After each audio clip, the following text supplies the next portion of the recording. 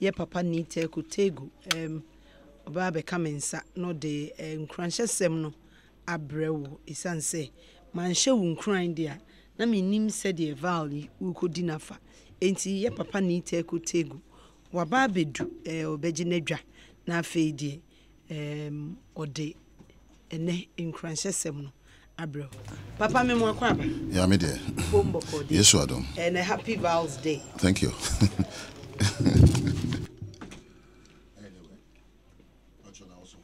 Asempa FM. Yeah, the Yamias. I'm say another idea, say a chain do na. Papa quite the most to Mechia will be a wotie Asempa. Na afimunyi na wetie mo na wotie ojumedi me mom nyina vals no kra na twidi in the same me de adofoda mate and if wawu mu ene mpani a wo se afidua we mu ifiri so besi form wo nyina no yemfa wodo ne nkabom entena finde amen na enkoye se ene pe na yakire wodo ne sede na emom no wenya hyenso de a na yefiri na akoi yede wodo ne sede ne ahofama ebeboa ye ho odo no ma enye yano fafa but enye odo a efia komem sa na because me aye say eye before no do odo dai say ya de enima ne ye twotwomutwo but ya say eno ho donko asem ye ka but odo a ye de do ye ho no na da me ka kire nkrofo say nyame ho hwehwe bibie mfie ho dabi Syria me sire kire no adwen ben the church wadwen ho eno ne de nyame pe enti se me no sire na me do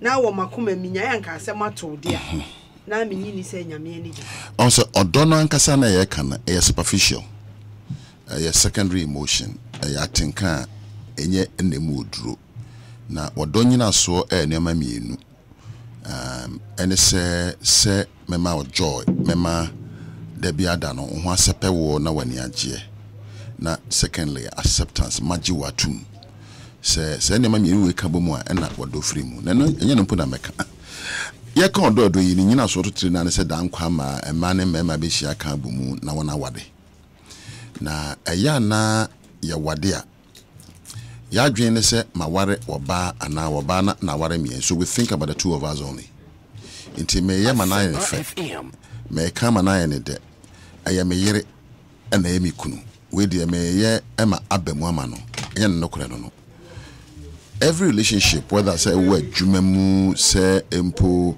wo ma ana empo say eye woni obi nkita hodi a mo friend wo do no apart from mienu no a ya mo ka bomu no there's a third element it is eye wo ba ne okunu ana eye adwumamu manager ne de hye se ana empo de hye se ne manager say ye nyonkofa bi mema ne nyonkofa na mema ne nyonkofa ana business relationships no enye mo mienu no a ya mo ka bomu no na fa mo ho it's the third element your friend or the relationship sa ade na mo friend wo do no ede na ede bremu baya nam from so ayeta ya ne say oh me do me yire nti meye weni we na ama no me do me kunu meye weni we na ama no na ye jai si dua no aya ye friend wo do no ana relationship no ato baabi se wu nimu a odo no a ya wo do no no eso bete ebedu baabi ne adwuma ebema emponketa hodie so ate ebedu baabi no sika no ode ma wo na ya eso wani no eso bete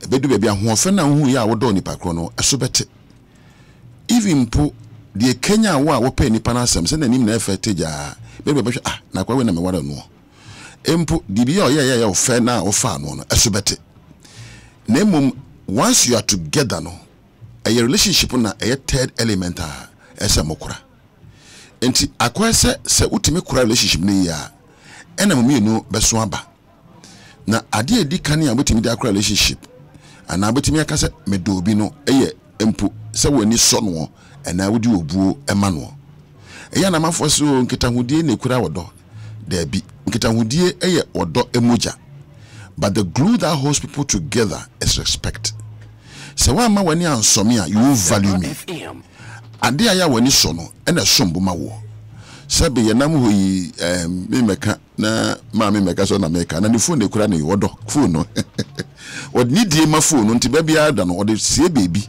empo se phone no ye na ebe ha no sana wodo so ni nyina so te wodi obuo ema de ekura wo na ema ne sombo ma wo na wo kura adesie na ye phone po ye pe screen cover ade kata ani ni ape bibi ahyem emre bia ye kwa adwuma ye sei mi phone wo he na he obotom na afi nipa wo se wodo no de wo ye ne sei untimi mfa nipa na hye obotom na mo wo kwa ma na hye wa adwene proso untimi use screen cover and cover nipa na nim na mom no protect the person.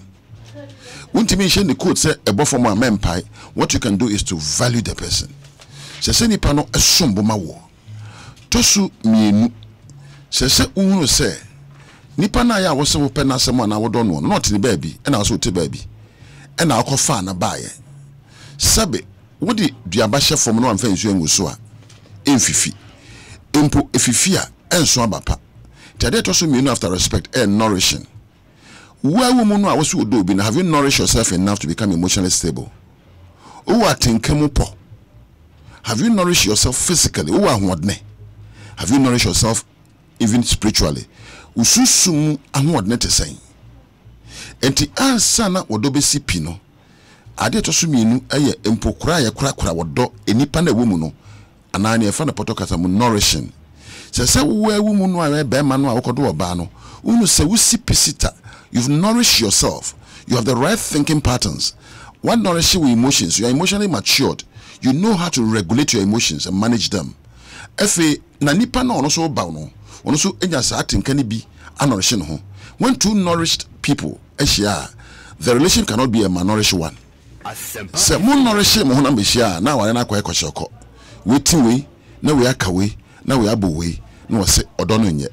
There is nothing like a bad relationship. There is everything like a bad person or two partners who are bad in a relationship. Ade etosu biom eye conflict. She tidua ebeba. Hey, some your bema we obey. Me nte waseda. Me men krani ebia we akani. Me so na pa me pedokru na adie. Usu fie gise wufufu. Me se me mpene. Wo se da bia no na ebedie. Ntawa eye ade a once you love me, expect it. But the most important thing I say, ntawa na ma yenyini. And na ma yehunu ni a we pe ni a we mpe. Ba bere bebre no yese ya do obi. And now make Valentine be wi china na done ntokwa. Because me do ba minim kwa mefa so e manta wantawa ma ye beso ano. We take positions when there's conflict. Me na masem wom wasem nim na fe we kura na we kura ne etete no. Whenever you engage anybody adwuma mpo expect conflict. Enti ese wo Kenya ho na hunu kwa betimi ayeden aboa wadwene ni wona ye na betimi ama resolve conflict no. Because as long as two people will meet, they cannot agree. They can only build consensus. They cannot think alike. They can only think together. And in thinking together, no, definitely there'll be disagreements and misunderstanding. But the most important thing, and I didn't hear Pana say, when you been who no kwa bafaso, a general fee, I can say, and what the near, media near, so you me and you and a near pe. Lastly, expectation, and that's all. Obu akwari bi so be made or so into a bema papa. Oh, sika obehemi ye. Oh, I say. That's your expectation. That's not a person's expectation. Inti ade when that's all the wa room no. Say you unrealistic e be do hwamo. Enti mu share wodomu a enedai. Ask yourself and the other person, what do I want from you? And what do you also want from me? E dey me neta so fa ho. E mu say bia me wa tenten me so, na bia na madwen sha.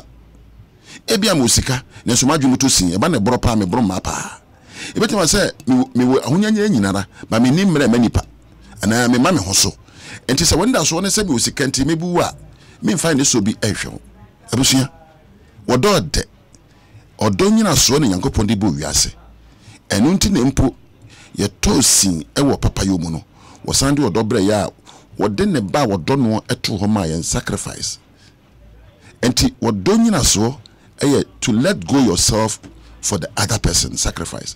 Say me jadi ameyo, say me o degree, say me o PhD. Nipa no mpo sabi what prakwa so a me di ni die ebemano to reverence the person. Me nka say kosom no, ne mum hu say yi title ni free ho, doctor ni free ho, masters ni free ho, you are left with humanness. Enti wodo nyina so anya say yedo ye ho say nipa sabi nye say yekeka ye ho. Enti mame nyameke na mo mamenchia me group bia me no di nkomo very important ye memma nko aku ampanimfo mu a ye do wodo na but your friend R2G oh wow refusing to grow remember the dog but eti memma mu nyina mo dom refusing to grow nyina no me so enene mamo empo happy Val's Day papa we are Val's Day chocolate I say na chocolate day wow enti me da Val's Day chocolate me da se mama oh konna wudi mate we me started in here and I mean be man and share unsa oh sir yo mama ntibio oh mu se me anam dem a o de ba be so sign me share oh we sharing mama ntibio mama mi ekwa na mafo ntse meti am and loving is sharing yes and you know if you don't share love it say you are missing it me pacho thanks so much mama wo se mi jawe anye yi mama mami mu kitwa bi na fatu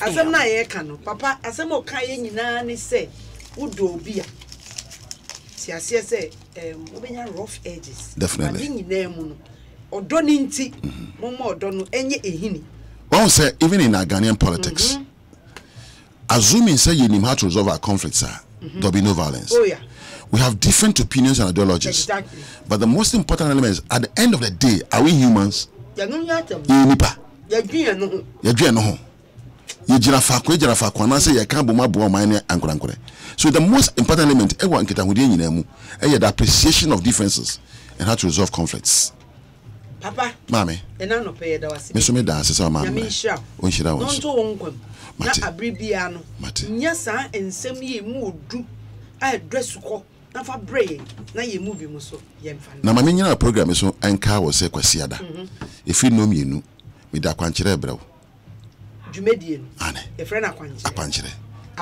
direction for life e wa Asempa 94.7 ene mpacho kwasiada afidie no team way for super glue why na wo mesi because me metie pa na akwankire no mensu menya binam de abọ me bra say ye wa ware say ye adwuma say ye usika pe mu matete bibie mu no wo hia akwankire papa ye papa ni tego ena ye te ne nka no na meka wo say adwumakuo bi ene boa yen so ya sene me yedi dwumedie ebro ya setenam dwumedie de afresco cube memma obi nikunu memma obi ajiwukunu memma obi njiwukunu asem na mu odin Asempa FM online.com educhumwa herbal African Queen mackerel won ena wo boy chidom ye di dwumedie ye de ebrewo na ene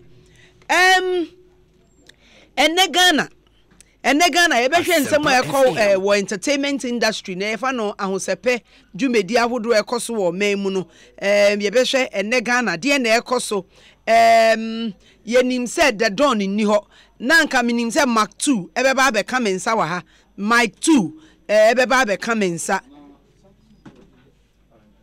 Mike 2 beba but mi hu ba bi onenam na sabre de ene ampaye bedwa unim se Asempa Valentine trivia promotion bi ene ubebo udofo din a na waka dia wunim fa udofo ho pa so kai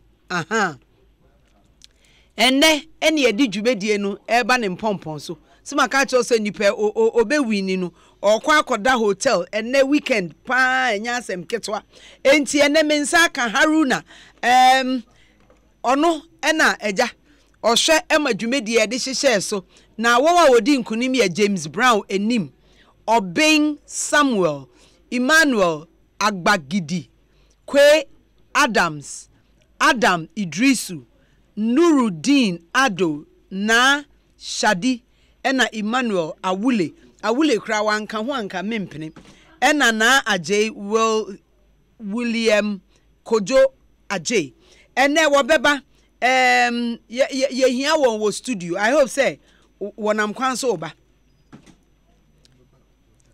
wobeba na ne hwanum na wobeba beka won nsem no ewa ha ye twen wo mo Haruna ababe kamensa Haruna ene me de wa ababe tenase na ene de na ekoso be ka kire Haruna na ya boni din sa ene mache no Haruna akwaba Eja yena we are yourself Haruna Haruna say when you me yaja because metiase edu Mother's Day and your mom ye single parents. Your money we see and we do Father's Day so musa we see and na Haruna na dey na ekoso. Okay, and then no winners na ye fa a ladies time ultimate sports and ya asetenamu and be fa your ultimate winner and sisia you be from our phone so no man come love story say na omo share omo partners no say na ebia we be ma o call your wife na opening so o no na obi a also nya o girl afi na mo ko ware say na opening so ni na obeka wa ha na the most exciting story and na ebe crown no as winner of this year's Valentine among for ebe free I voted for the most exciting story and na edu enumere so a some of the winners no ebi mu eben Loraf Hotel no ti say na Shade and na the last winner no ono so eben ono eti Kisema nti omo no awule ombe hia ye ewo Loraf Hotel nti ana nea omo aka no ombe ba ha na the multimedia branded bus new one I toy no ye na yakọ Loraf Hotel akọ edina no nti ene ne nyeso omo beba studio there be omo studio ye be free from okay I hope say producer are you ready your first caller e wa ahoma so memoache emo akwaba mejo so mi awa happy Val's Day. Yeah, same to you. Number 2 Udi na yenin komo. Your friend JB Anim. JB Anim. Okay. Yeah. Ka wo love story no ti awa my 1 minute. E kwa me fast we share me dofo. Let us say ya home kan na ya say nwan wa so yi. Who was just 1 minute? All right. Me name is Sister to ade okrom. Enti na your customer bi ta be fa na ma we ho. Enti komodi die mu na osu owo radamfo bi e ba bi wo a opese ode no ma. Na me say ya agro. Enti no one time began no so be fa na ma we ho a. Na me nim say ya wo no so no so be no study me. Enti o call later na okoka share the sister no say wo ho me na neji me ho. Enti mi so ga na ba na o so a na so mi sheda anwa fa ne pa kokro a. Enti na fa mi mo hwehwe me kakra. The later na sister na ka tell me so asuma si mi ga na ba ho be fa de no. Na me say na ba o so so why say the bed at mi jafu na me press up say da be ameti me mu be twe kakra. Afi da me am wo say afi da me ya ha no say ga na so ne pa kokro akwa na ope. Enti Thursday a sister ni introduce me ni me no share ya na say ade na so wi. Enti bra ware me na atamfo ni wona me nya no so be ye. Medase. Right. Medase enti wo de na your introduction wo ho. Yeah, we na introduce you no. Okay, medase. Why? Medase. Right. Enti metie for 8 your next caller winner e wo line so why ready a producer signal me. I believe say ye nyina ya te ye brother no.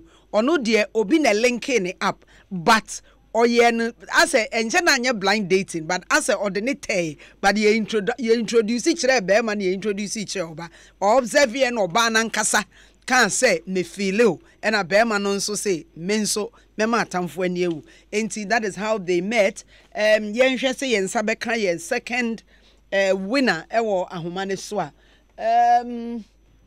Joseph Ahin, yeah, so my happy Val's Day, but I say my the twice on the main kind because and shada here, it be a minty main kind mouth. Nana Kwesi or say watching you live at Kumasi, Bremen, New York. Love this program. Thank you so much. Your next caller, Wahumani Swana. Hello. Hello. Bema memo achimu akwaba. Yena. Mema happy Val's Day. Same to you. Bodin Trey Nianko. Idindi Bagidi Emmanuel Bagidi. Yes, please. Emmanuel Yanko Ediane see. Oh, really? Facebook yaw. Would you know she on Facebook? Ediana akachre no. Oh, say unkomodidi mo na bisam say let me ni mo na. And o say den. No problem. Oh, woni ni di nkomo no so betimi ehu ni mo. Yeah. And I'm asking for the number. No the man. Okay. On the Facebook there, we do to me the picture we do to her na ne ho ofena dia dey. Ba wo shia no. Na me ka say sa media. Okay. Because me the way me say na me said that me who said that your face o da say. If you picture na me yem say me say na je yo kwesiam na say wo so mpemi na me ni dey. Na ushia no net saying. Oh, emuye. Enti eno na ade ware na na motwempna kaka. Ni ware ni. But we are still on. Mugusu a twempna no. I know I hope so very soon. Wontene wo nam. Oh, David, I mean, name. Okay, why are there Facebook link? Mark say. Okay. Yeah, that's it. And then Miss Ramomo amutie ye no. O na mutie. If I told lower radio set ni my yes I'm so bebo. Why? Hello. Hello. Happy Val's Day. Jina yi baby a ujina na enye enko yi. Jina baby. Mbato. Dede no. Mbato. Udi ni enko. Mbato from Quay Adams. Your friend say Quay Adams ganyo jibo. Yo. Tefe ton ko lo bi ekpe. Oh, la ka be oni ya. Na ko school na ye den. Na mi waka na bambisha no takadi. Ebina otio. Ebina obali pa o send credit. O frefre. Na oba ni send o credit. Ai. Efi takrade. Na minister bia. Na oba no so no ye den. Ono so ni baba na o muska. Ebina o send credit. Enti na say dia o si o member na mesha no. Na minister ti mi bobi sakra na mi ko e.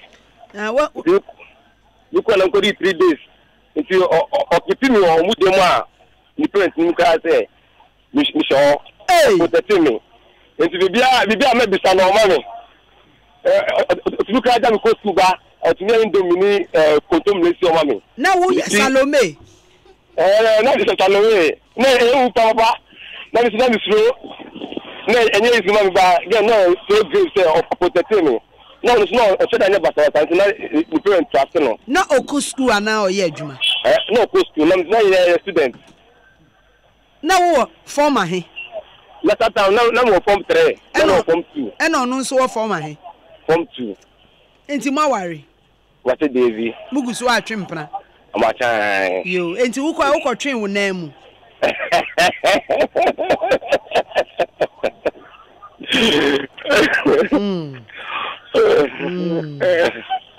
Yo, Adams, yeah, that's it. Why?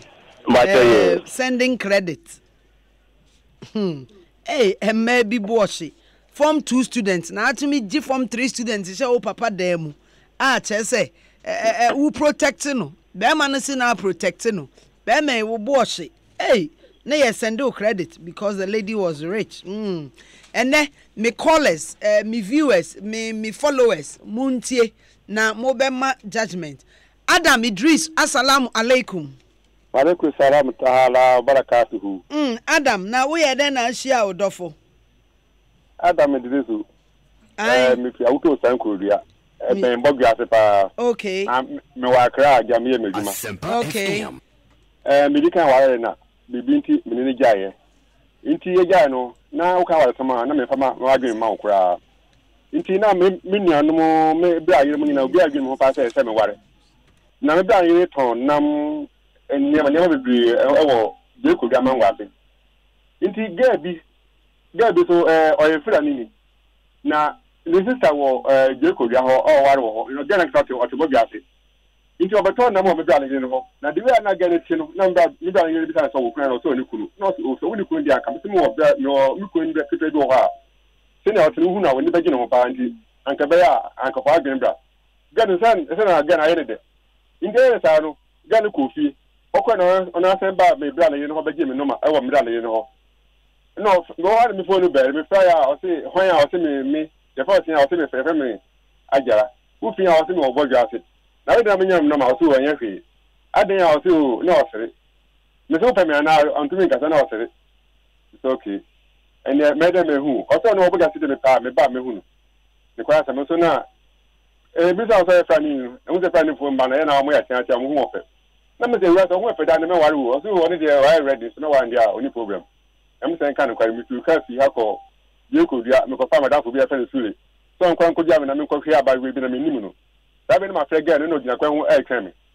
In the ability who could do Bagassano, you could do Bagassi, my friend, also, or no, or kind of one to make him with Mr. Machimra. Maybe me again, me first again, whoever they are, make a mention for make him work.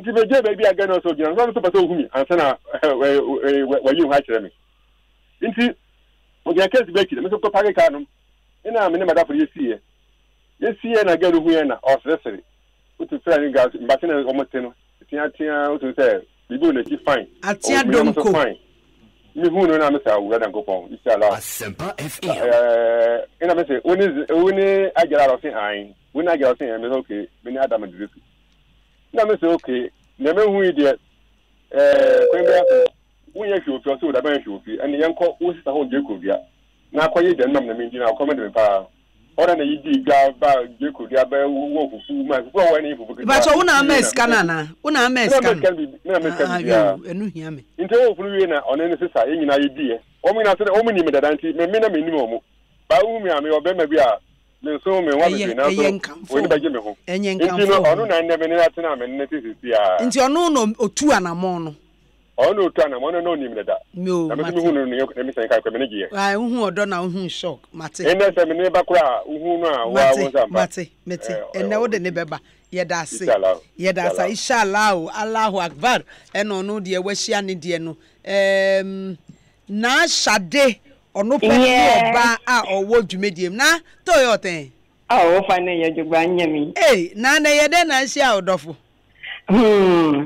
me see one day bi mo fie and a gentleman he buy na our University of Ghana now be hwehwe ne college ba oba no ne college no ban bet no enti e ba ne say o say on jane chi mami na me papa gina ne nchen enti o jane chi mami no o ko no na me papa bitan say o bra ye fe o sen no frɛ ankama ado no frɛ na ye me papa de because me papa so di ankama ado into since then no me papa obepe na asem na eja me sa papa do say me be siam mo university campus na me koye into enu amu na ekisa no na eventually me so ye ba be ma ye go no ono si di me papa is my husband me papa so kita the same name Asempa omubo no omu ye ne kwashi ado nti we no papa na u papa nkasa na selection ni ma wo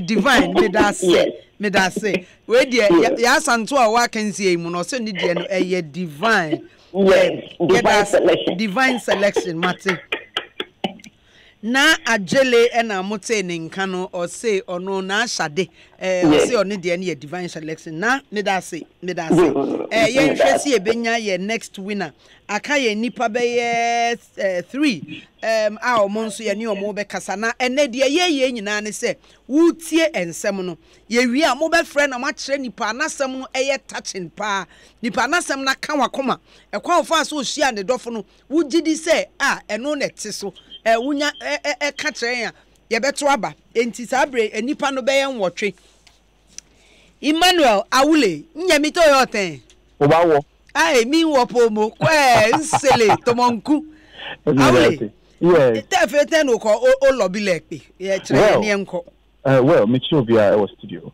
I remember say now there was a certain restaurant did you wo but because of a lady we could do by force now me to me in person no fair very black beautiful like that and me to me in they be also because of unknown tina me did restaurant now now I meet a friend of hers and no make a lady and say hey I'm interested of this lady and I say open up when tell her will be over catcher only be swa now like more static and the courage is not really coming into still me could do na me kweduma me could do me chemuswa na ma ba chiano na me chem into me to na da ba ko fe no mere onu bo na waka tell lady ni say abrante no bi didi wo ho no no enye because of eduane o but opel into onu say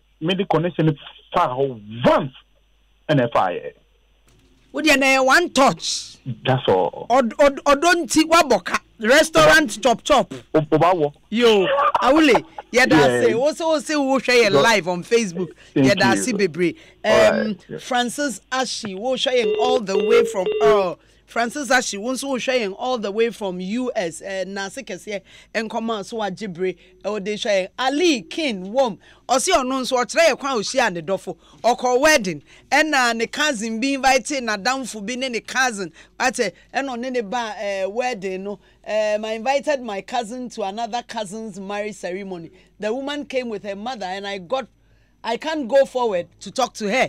Enti ono okotena angle bi no spy woman is and nyame adom oben ne car and em say omukotena ne car ho no na say eno ne man ne vim jama me sure say maame ne sorry enti o sorry ye no fa ho wa na obdihia ne dofo yeguso aye frɛ ye next winner aka ye nipa 2 Samuel Oben ane Nuruddin Ado. Your friend Saka, okay, William Kojo Ajay. William Ajay. Yeah. Good morning. Good morning, madam. And a happy Val's Day. Thank you, the same to you. Me da say, we are then now share our dofo. Asem den an antinanti yao. Unante ko he? Me wo asaman kese na me say me for program bi wo asaman kese o jade awon na me ko shia me dofo oba so no pepe odofo no your friend is saying but your friend is Veronica Odache. Okay nna ye den nti me de ma asem tu me nanim me di kan pa me hu me ye me hye me pa o I'm saying, hey, I don't know you must say that. Now, me who say, Oba, you know, until one of me are putting or didn't 7 and me say, Oba, if I say no, excellent. And me say, Sabi, why money to so and tell me. They say, why am I so? I don't know what you want. I ask them all. I know there's me, I'm you. And they just, me call and I'm a sambe you. And in some na me san kwa na me bed you o e no de hwa nya me do na dem nti sa kwa nsa be fire me ne me dopo ehia. Okay yedase William Kojo Ajay na William ni okay aka William de osi otu kwan ena Samuel Obeng. Brasa mi photo. Brasa mi. Samuel. Hello. Samuel Obeng wa homane so. Samuel mpacho gina ye why? Samuel, okay, went me amfa koto anyen kwan. You better try say you benya your next caller. You better try say you nsabeka your next winner. Your next winner no na ono nso ye ne no atwetwe enkomo ene ye be makwan mawo wo nso wutie yen ye bia homa na mo na mo vote nti mesrɛ mo stories na ye share no muntie ne yie se de be ya ye bia homa na matimi atre ye nipa nasem no eye very catchy enti Samuel Obeng braza mi yentimi enya ne dia na kire se eno ano no na aha eye Asempa 94.7 dwumedie no eye Asempa Valentine Trivia Promotion ye hwe se sen na unimu dofo wo kire kwan a wo fa ya wo hu wo dofo ye beto ye be mesraw awule wo betimi asan frɛ no mo a mo ye winners no ya frɛ mo dada but wo betimi afrɛ wonimu nnwoma a wo dofo pa wo de frɛ me na to nnwoma a eye wo dofo de no ema no yama akwanya dwumedie me kai wo say dwumakuo bi na eso yasne Hebzi gift or say pervious of elegance Lou Ralph Hotel also soaring above the ordinary Savasta natural shea butter skin so smooth hair so soft Livia products, Livia shower cream, and a Livia tea roll. Give us cold capsules and give us power capsules. Or say ube jina soma. Fierce savories. good food is hard to find. Golden Tree Chocolate from Cocoa Processing Company. Ayarisewura Herbal Research and Clinic. Ayarisa Ahimfie. Unidos Condoms.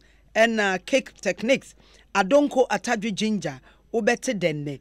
Boone Unisex Saloon and Day Spa. Unlimited luxury for mind, body and soul. Beats Naba and Wanzapa and Kasa. One and I was so yasne day Valentine Jumedi Ebrewo. Baby ayedri Besrao wa we winner no but more than a frame. May shakran say winners ni be frame. Na winners ni be frame. Na wato nyum amane dofo. Wona unim enyuma wo dofo pe. Enti no wo betimi afre wo ye winner frame na to nyum ema wo dofo.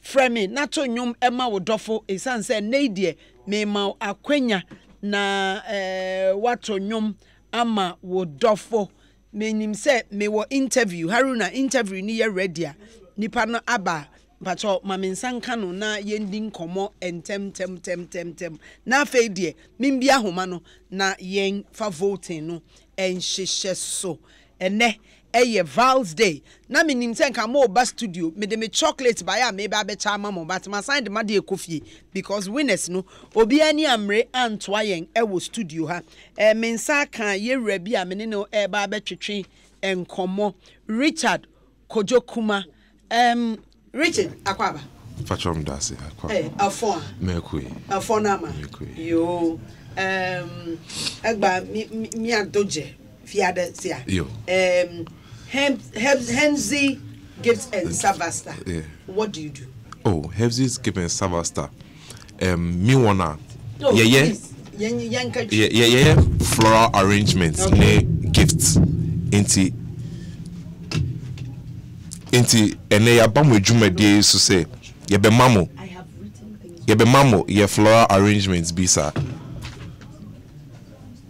Okay. Inti ye pese ye ma mutie for no muse mo ye promotion bi yeah for the Valentine enti Hepsi mo be my gift ye be mamo gifts ben say na ye nhwe kwan oh chocolate ni wine bags ni floral arrangements bako ye worth 250 cedis ni 500 cedis bako 6 adenti na mo ye emergency mo be buy show is oh ye tia Asempa FM 94.7 FM ena yehu se mwetie for no omodom internet Val's enti ye pese yeso ye chiro mo odo ibi okay enti na ya buy ne abai mamu gift we aside sponsorship we mo ye promo bi wo mo ho ana patro ye promo e den promo say na mo Val's Day promo okay ye ma gift enti auto gift and amount discount ni bi enti ene no mo ma discount discount on all your gifts on all the gifts me patro hina mo patro ye wo East Legon 18 Dr. Tego Street East Legon patro Ghana no ye very good with Dr. Tego Street enti e dan bi si wa chechre ye metro ye unse oko East Legon ho a ye wo bibia e friend no chiropractic center oko a obehu rough road bi wo unifem into ofa just on opposite obehu your signboard ke see be fine helps na and only popular sport e wo ho once a chiropractic center near popular spot okay odru a obehu rough road no okay ofa rough road no so obehu yen okay mo one telephone number bi ana but your telephone number patu dwama why 057 633 4624 Pacho Sisubio 057 633 4624 Memo ya other number no so 0244 197 951 na oba no gift no va de amre umenya odie menya me de wo na wo message bi a wo de be ma ye tiefo oh mbese me down mo ase say omuti Asempa FM and am bese me catch am say pay gifts bia anytime weddings birthdays bia omba hefsis ye be ya fine pa na mami misa o se de mo adwuma ne tie se e bia obi ko ware a otimi to ne mama mo ko ode ba ma mo chechire ma ne kama na patron ye nyina okay yo enti no hepsis nei won wo say watete wo ne ma no to say hu won tete so nko about wate so wo san ba betwade a obesan chewade enti misrew East Legon Udu Chiropractic Center wa ubehu rough road ho but urefia but modern natural na mei na nei but modern ko na kope achede kama koma adofo isanse wa ma adofo free Valentine idia wan hwa obi age o girl obi nso je o girl a ne ya enti no enye se obi je o girl obi nso betimi age o boy enti e ma no muso ngoto achede frɛ won was 0576 334624 0576334624 and 0244 197951 frewo nako hepsi na kope achede bia emu ohwam koma odofo Vals Day and enye Vals Day kra bibia no utimi eko yera kojokuma medawasi bebre medawasi na mensanso asan ka brantie bi Anthony Abo osi oye marketing manager Abo ana Abo Abot ni afache twai na bema et say yes who fi Savasta Savasta no dey Pajo Savasta no ye nkuto muye nkuto wudi bi bai pachan ewe menhwe koso kasa na yenko nkuto ni mre pacho ye nkuto na coconut oil aka ho nti mix nkuto ani kubeanwa aye de aka bom eno no ye di dware ana ye de yeden udware wi a o de sra tiri ana se honam nti de na ye tiri tuba branding ya any different say when mbane peno simple no me show mu bag mo okay enti we na timi sra me ho patron sanso tra me tim patron we de si he kire say enya nko enti esi me pon so wa na odie no me de no Vals Day me Vals Day gift na Vals Day didn't na mu decide say mo be ba on board you start a company and share and chair enti ye pemo e be say utie for so no almost omote ejuma na ye no enti na ya ba on board no enti we no Valentine ni mo ye promotion sunku bi ananse ye Valentine ya na mo abase mo be so yase pacho ya base be so yase na ye promotion so promotion be uto mienu kwa ye che obi ka ho ti se we anyway e be sa che mi bi aka ho na ehi ni ye ko hu bi ni yakoto pacho ye Grace shop dome Grace shop dome Grace shop pacho wo dome pacho dome Grace shop dome ben soccer bet honum soccer bet enti obi edu dome soccer bet obinya bia to obehu Grace shop pacho no akoto bi pacho na Accra Macolans your daddy ash Georgina stores and Universal stores Georgina stores e bi wo ho and dey popular he odu Macola house Georgina stores daddy ash nso obi enim obinya bi wo nso na na your Kayoko supermarket Tema 21 udu Tema so e bi wo ho Kayoko patron na your agents bi am campus ye bi school nchent ye wadan fo ha omo ya se omo boaboy eno mutuntum bi Legon campus ne University okay inti baby a wo be fa bia no wo benya bi na upebi wo ebia north na upebi mso a utimi contact ye social media handles no so mo social media handles near there Savasta Cosmetics okay Facebook and Instagram na mo wo number bia obi pese ofre mu betu bia mo de be ma no pacho me ma numbers miensa okay miensa pacho kankra ne yanko yeni abrefa 027 Asempa FM 71722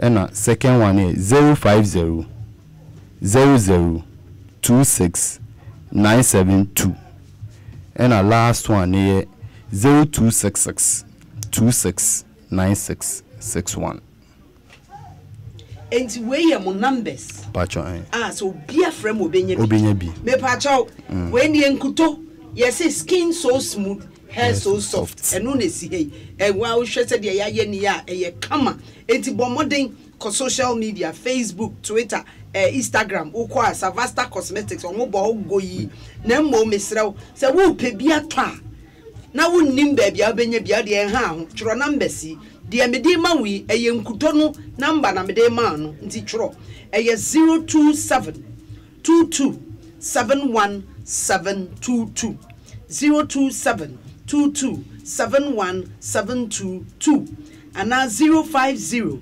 00 26 972 050 00 26 972. Last number no yeah 0266 26 9661. We Savasta Cosmetics frewo na baby a wo bia no mesrew kopen queen bi enne no enkoto srade bi amfa nsrasra ho na nenso obembe yew ya yinkuto adwenwo tetede ne bi ene ye de afra enti we wo de sra wo ho a ahoden de ewo mu kuretumi kum monamani yaren wane ade wo de wo pe na wo njindi a Google na ko check benefits of nkuto broni friend share butter na ko hwe se yen ya adwia na kube ya yete ne wazim eno yede ya anwa unze tetene ne ye de stew yare bia cholesterol semunim enti we no wo de sra ho a cholesterol bia mewura mu we kura na beboa ma cholesterol no anhwa atwe akọ enti bomodin koto bi Savasta Cosmetics ade a o maye no eye kama eye mranti a waka wo ho abom ti ye moa wo na wonte wo ho ngum monten so na wo wonkodi etutu asem sa na hipsis so say ene wo be ware te wo be to be din bibia wo pesa wo be rape wo pesa wo ye deco wo ye floral arrangement bia frɛ won 0576 334624 and 0244197951 Mira Richard Kojokuma any Anthony Abbott Madam Asibebre but you bit my down kofu bia sa mundo mase tew ne yenko ya wo fo omo ya mo hwe so if school ba mo so ma ba Mr and Mrs Kanye and Mr and Mrs Sangman omo aboy pa ena nana ya ono hwe insikasem mo mai ena sister Belinda ena ya down for phone na yini momo a omo boy woni amasron kwa ye no ye da wase pa yenso yedamase oh my job is so good yeah person me that you see on us Miss Ruth both you why you are there or you hard working and internal helps you about this far person me that as I'm say ko both you ba okay yeah that's it u team no say one no ma say see you Theodore can fully yo Savasta fo nyina ye da obibia ase quickly me reading me messages na fe yembia homa no honorable Abedi Kwada Sukumase or say I'm watching you live dear Big Joe's near Kwada so Onion Market or no Jende Market ho or say happy Valentine's Day to Reverend Samuel Kusi Mensa of Co from CAC and Mami Soja of Kwada so Yate Emmanuel Awule also watching you live from United States of Kissing. May God richly bless you for such a wonderful work. Thank you. Stephen Fosu also watching you live from North Kaneshie. Francis Ashi also great. Miss me that say okay. Mokokotna close to Neka ho and a man of him and no or defi Ali or say sa no fa so Asia or him abnenti I'll say please wish my husband Richard Appier happy Valentine's Day for me. Yo, Rejoice Appier Oknu Wate. Or him poma or see. So Awule, so you are loud serial caller, but your mouth is POP. And then the Awule Yacho. Yes, so I know a POP. Abnenti or say my husband will be 40 years tomorrow, and I wish him a happy 40th birthday. Yate Yadase. Sheriff and so say Big Sheriff watching you live from Belgium and her sister Ajua 16th February is my birthday. My dear wife Obesima Nana Ekia Safua, a good friend, introduced her to and by God's grace everything is okay. My dear song sweet Fanta Diello Fanta Diello Yate ye nyabra ye bebo ediama won so do messages no eba ye be kenkama Elder Pia wo Duisburg ewo Germany won so wo hwe yeda ase ene ye nana afrakuma akwamuhima ene ye wo birthday nana baby awo bia wo nkwaso ye ma happy birthday yɛntwa yɛ ho nkɔgye aboafo nkra yɛba afei yɛbɛbie lines no na wo nso wafrɛ na wo ne yɛn akyerɛ yɛn ni a wo feel sɛ nasɛm no ɛtaache wo yɛ kwaba Asempa FM. Ma worry gu. Me kunu si me nim aduane no. Enam so ma sister Suzy bi o ti me fitire ho den kwan de gye me kunu den. Suzy ba ha e ma me kire no alfresco cube. Na wo se wanya be ma bi. Na opese opopo ne nsa no de ma no. Ah, nature say alfresco cube no de spicy enam, de stew en kwan jollof ni nuane ahoro no. Wo so ja me bi na wo yusu efi say. Me kunu akada say weduane wo taste power mantem ha. Ane alfresco cube. Show me baby aye tu no why. Alfresco cube. Efo. Emediane ye de. Eyi sha. Ewo dwaso bebia. Dodo afre well connected enterprise. Ewakra. 0244-612-516. 0244-612-516. Alfresco cube. Memo bi nyukno. Sankratwe. Food and Drugs Authority ajatum say. Eye. Hey, lala didi lala. What worry has so dear? Na me dear yemia. Africa Queen Mackerel bonejuma wo sisan. Africa Queen Mackerel leader what asi owunia. Se wo de ye aduane a. E danson. Tomato sauce na egu ho no so e ye rich. Yes. E pise wo. Nti e me aduane ne de ye stronko. Enam no so shemu ma. Na me kire se nam panko a. Wa wo beti ase. Na wo be checking so. E ye grade 1 o. Na me say se me twa kwa me nkwan. Na me tu bi gu mu a. Na to ne ne term so. Honey, oba papa. Oh hima. Me jo. Me say, jollof, Gary photo, rice and stew, and piscine gravy dear. Africa Queen Mackerel ni mo. Intimi now. Africa Queen Mackerel. Shawenum keke, nam papa no. Africa Queen, shawenum keke.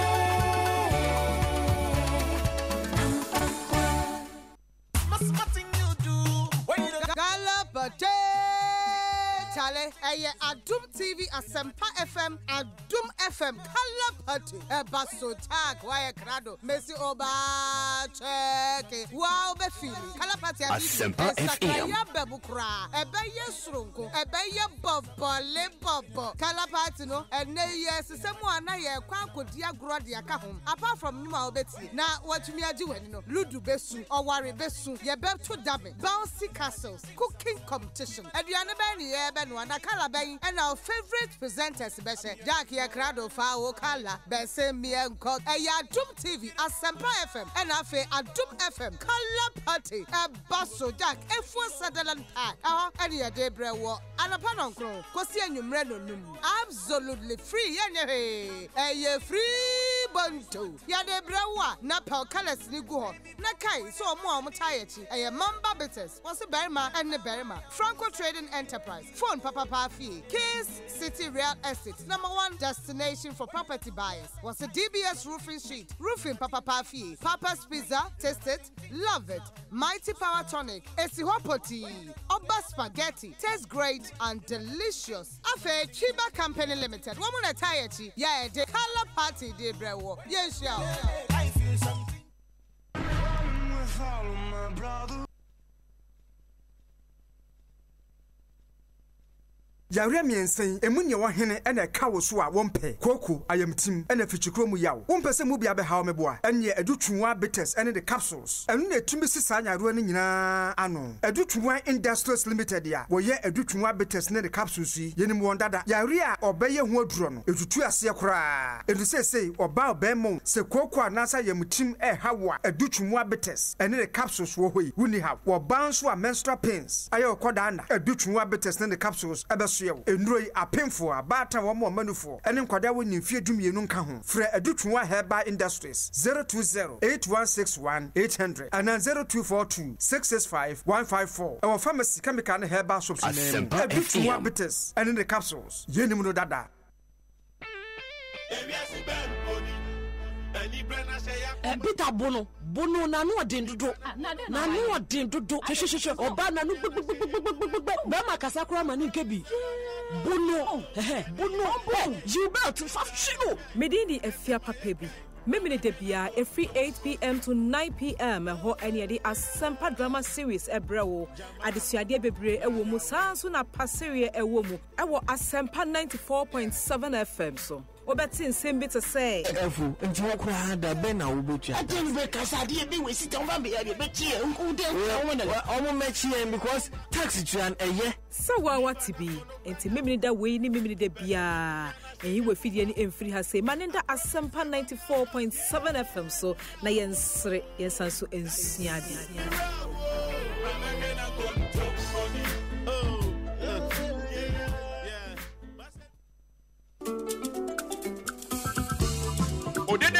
Odede muntie Ghana muntie empitiripi mpatrapa etifini anafo epoe ne atoye woduma kuma kire mekasa woduma kuma bo ade wahuna botokura wa kire gina mo ada da bida ye hunu bida yenti bida nanso ennede abotokura a kire gina mo ene sɛn onyankopɔn twedi ampɔn bɔsoro ne asase no ɔbɔ ɔman biara ne na mamma ne na manne ne ɔkwan a wɔmfa so mo ne bra na wanya setenapa ne nkoso odifo Yeremia ngoma no etinsia chichemu dunsia ɔse munkogina akwan so na monhwɛ na mumisa tete atempɔn no de kwampa ne wɔ na monfa so na monya home amamokra obi bebusa sɛ no kwampa no ne ne ɔhe kwampa no ne sɛ ubetie wo somfo Dr. Ananebo amane ne mpamfo obi nimu a obi kyerɛ ubetie obi nimu obi kyerɛ dwumadie wo Asempa 94.7 memre da bia no so ekosi no nwɔtwe wo somfo Dr. Ananebo ama wɔne ne mpamfo dwumadie so na wobɛte adoma nkoma asɛm kasa ko kasa tɔmɛ anwen nsɛm panyin nsɛm kasa bebuo ne nkyerɛseɛ amamne ne amane bi te sɛ bragro edintuo awaregye ɛne awaregye ahensie ne ahentuo ayeye ne ayeye ho hyehyɛ enhyira ne enome duabɔ ne adwura wɔsom gidi ahodoɔ ne anyamesom obi nimu a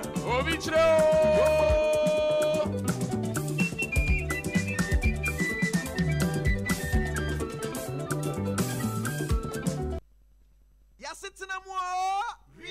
Asetenamu Afobia Asempa FM. Asetenamu Afobia ho Asempa 94.7. Ene ye ba bibia homa no be semakakra na yenya kwan na won a wo be che kwan a wo fa so a wo hia wo adofo no ye hwe se hwan na edi enkunim hwan na nasem no chia wo se na yenya kwan na yede abasobode no amom. Hello me mo achi mo akwaba ye na ma udi ni ba bia ofrefi. Hello udi ni ba bia wo frefi. Medini papa yao mekasesi kama kuma se my bed na mekasa papa yao ensam no me ma happy vows day o the same to you na papa ensam a wuti ennei hwan asam na eche wa wo se the chemi pa your first caller no e kwan a ye leki Obama na Obama so ebe hwehwe no wo hu se ablante ne ni no ade am che kura ne anytime bia ye mema no I go about fear, but the bounce of the type of them be saying sooner on Saturday. You know, I don't know kind of mass of okay. James Brown and him, yada say. Hello.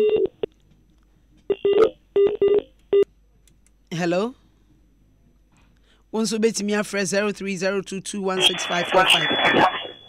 Hello. If I told lower video, and we didn't baby our free. Oh,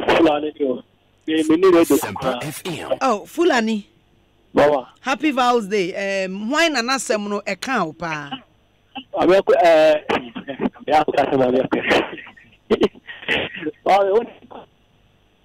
Nina e koma Idris. E koma wan? Yetimu Adam Idris. Won say friend bushia ko bi wo hanoma wo hia ma e kakai. But ono watima yirfa ko nga kakai media na o bema Adam Idris won. Yeah. Okay, me that say. Okay. Hello. Emo achi o. Yeah. Happy Vows Day so. Same to you. Hello. 0302216545 0302216546. Hello. Yeah, memo achi o. Hello. Yeah, wo ahoma so memo achi. Yeah. Nsam no hwan de na kan wo pa. Guy na oti so ono okwe juma na okudidi or restaurants or something like that. Who with you so uncle? Now who could pay over? Need an fine. Need an fine. Okay, yeah, that's it. And no, yeah, I will. Hello. Hello. Good. Memo achiu. Yeah, now. But you didn't baby afraid fini enko. Baby a wujina no ahoma ni twetwa sisi. Eya nka chia ho kakra. Dede wo mu dodo. But to ma wule. Who to ma wule yo yate. Ye da se. Yeah, hello. Hello, mama. Bemena, memo happy Val's Day. The same to you. But you know, you can say for atomic. Ojuroko. And some no there in account. Maybe Adam Idrisu. Adam Idrisu. And you so bit our sa microphone. Just so it's many microphone. Trap now. Why are there? And I can't so time call ya no bannet 10 or no so to we are doing with Sina. Will be a Spanish on corner and no chronic that will be a day. Everyone, sana. Okay. Okay. Adam Idrisu. Yeah, that's it. Hello. 0302216545 0302216546. Freya Trey stories na share you know. Why dear ena account pa. Yeguswa ye vote. Ye be end 11:15. Pepe. Hello. Good morning. Good morning. Pacho Odini baby Afri fini enko. Ofa na so ma ajete. Ajete. Me try choco. O try choco. Ofa na. Na mo vote ha. Muni ke ya nitumo ke ya na CUSC inye ebile so mo. Yin pe gbo no fi o. Gbenele yo nu buenu. Ofa no ke. Nu. Okay. Ajete choco. Hello. Yeah, good morning. Good morning. Pacho, udini baby. Vasco. Yanko. Pacho, I move to Amana. Divine selection. Move to Amana. Obaba kwa. Odambe mantem. Yeah. Okay. Yate. Yeah, that's it. Move to Amana. Yeah. Hello.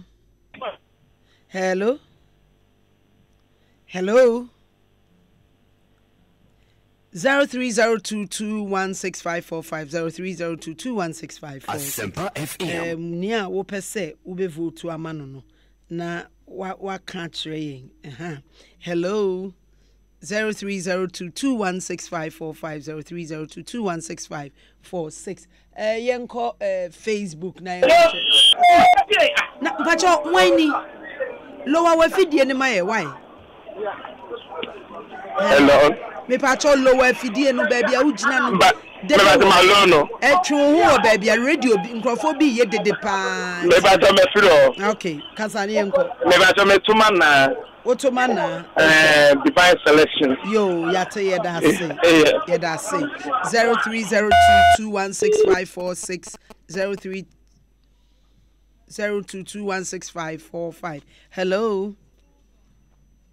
Okay. Hello, madam. Good afternoon. Good afternoon. Pacho udini enko. Pacho ya sami said apple. Pacho me toma mea Okoshia Fulani Niger na wale no. Adam Idrisu. Okay. Oye bememu. Yamani mu apiafo. That's 0302216545 0302216546. Onso befre. Esan say enipa ni bi abo bracket. But ba kokra de call no me suspect foul play bi wo ho. 800302216545. Hello. Hello. My last caller, Udini baby Afrifi. Yeah. Hello. Yes. Yeah, it's me Nanaya, uka se fi. Okay, yanko. Believe that now say the divine selection no. If you want to say them I saw na ba pass that na obeso. Thomas lady no. Hey, and ye na dey abomi ensa. Yeah, my last caller. Asempa. Okay. The idea na do no.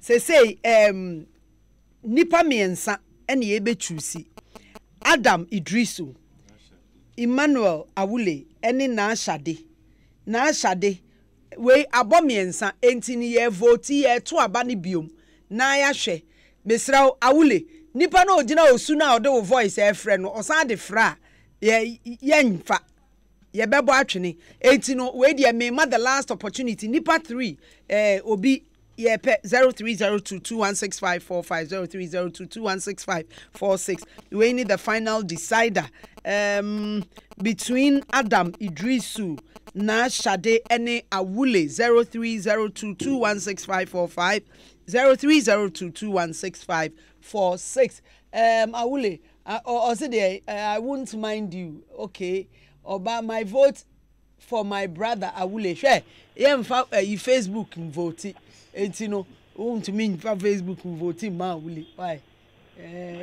ye pe omo frɛ no omo vote Kwesi Kanyi Osi Savasta Cocoa share buttercream. Wamamu thumbs up. 0302216545. Hello. Hello. Good morning.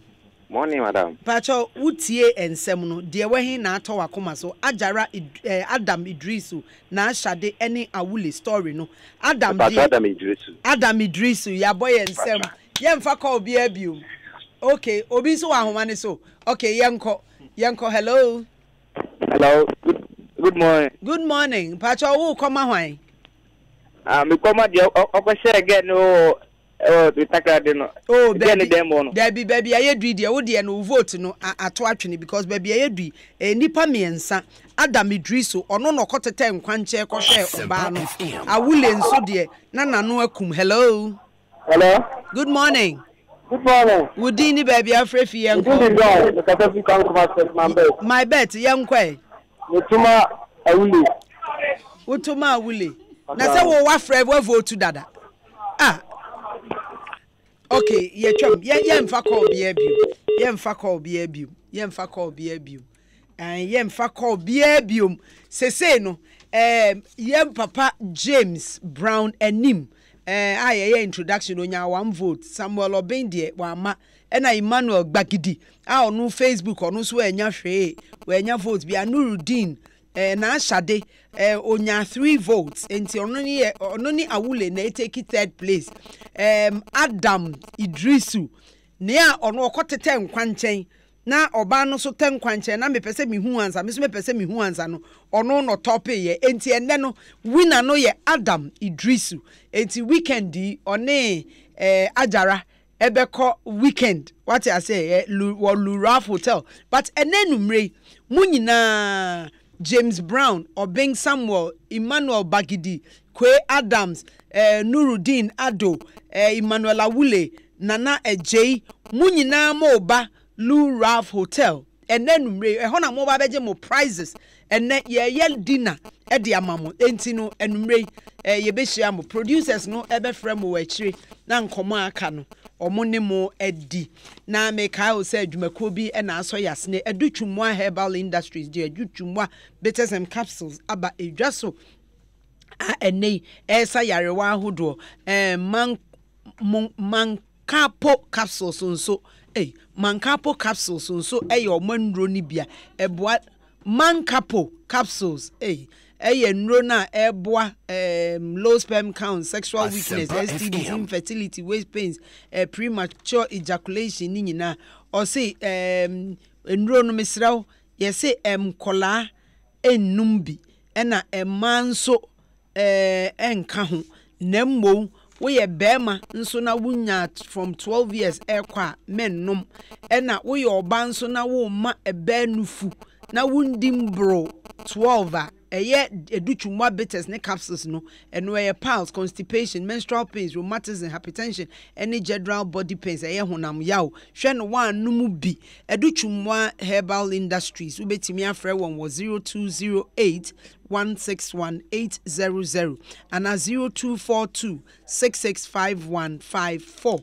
Well, no was so yasne ema yedi dwumedie yede ebrewo kai se a fresco cube nso o se mema obi agi wukunu ema mema obi ngi wukunu memma obi enji ukunu a fresco cube ene cube abe dwa so a ye de nua aduane a ye bon nsem African queen mackerel de wa wunim dada o se wara be check products no wo na hodo tomato wo sardine wo mackerel tina pie no yetimi de ye nkwan ne jollof ne ade enti bomoden na kope Africa queen mackerel nibi na nonso faye waduane won no wo boy chidom ye di yasetenam dwumedie de brew na enei wa wonim se ene no last week ni ye discuss low libido se mema bi wo ho a o matenka kofom mema bi nso atenka kofom Dr. Mayete ase se obi wo ho no wo a na natenka ateko ni nyina nye bibia but most of it no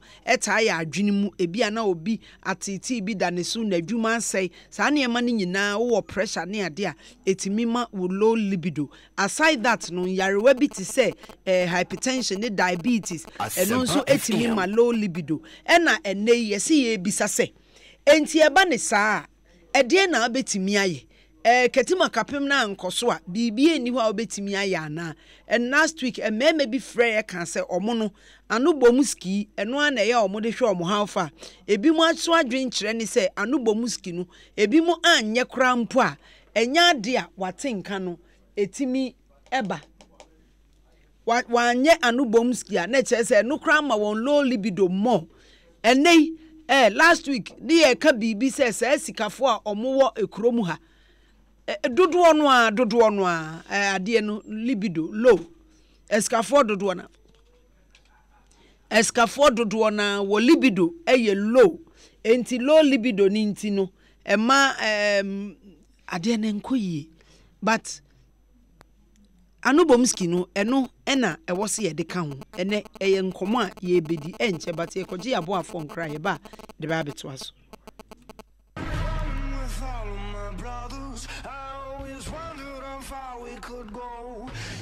Joy Prime is proud to present the popularly acclaimed telenovela, The White Slave, an amazing story on slavery as never told before. Stop! I don't want to kill you so easily! What are you going to do? Nicholas, please, you can't do something crazy. The White Slave tells the story of a little girl who lost her family. She will come back looking for justice to free her people and become a legend. Will justice be served? How strong can a woman really be? I will travel there with the title of a marquise. I'm going to do everything in my power to find my family and be with Miguel. Witness the most intriguing twist to the story of slavery as we know it. The White Slave, because blood is the same color. The White Slave premiering on 20th February at 8 p.m. exclusively on Joy Prime. Joy Prime, real entertainment.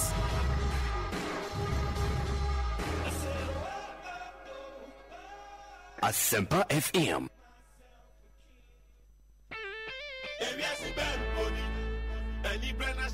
Peter Bono na no odin dodo na no odin dodo hwehwehwe oba na no bema kasa kura mani nkebi Bono you bet fafshino medini efia papa bi Memine debia every 8 p.m. to 9 p.m. Ho any the Asempa drama series ebrewo adisuade bebre ewo mu sanso na paserie ewo mu ewo Asempa 94.7 FM so obeti nsem bi to say efu nti wo kura da be na wo botua atin be kasa de be we sit on van be be tie nku de omo mechie because taxi tuan eye so wati bi enti memine da we ni memine da bia eyi we fidie ni emfiri ha say manenda Asempa 94.7 FM so na yensre yensanso ensuade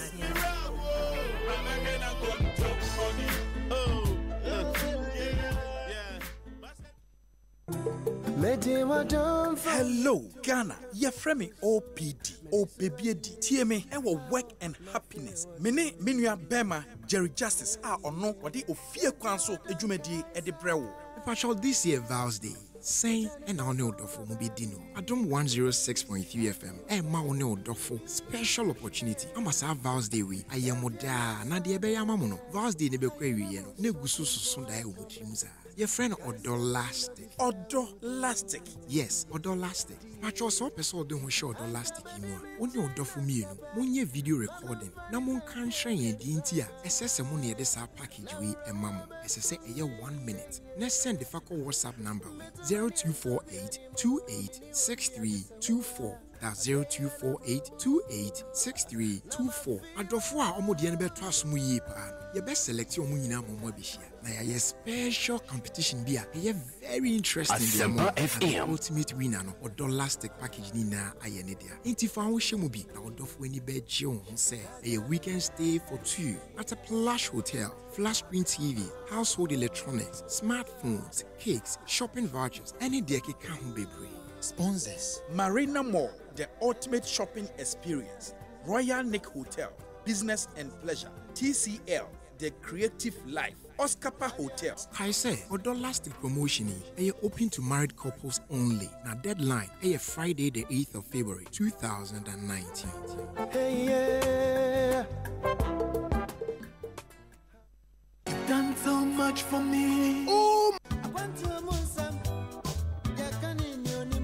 Ayampo, say I quite to Muslim. Ye can you him na one could be na yell satism. And Oma Bebre, Nagana addition, Nemu won't conform mouse. The old year when you beji, and it your rubber who. You cry, you see, slow at all a year 20 inches.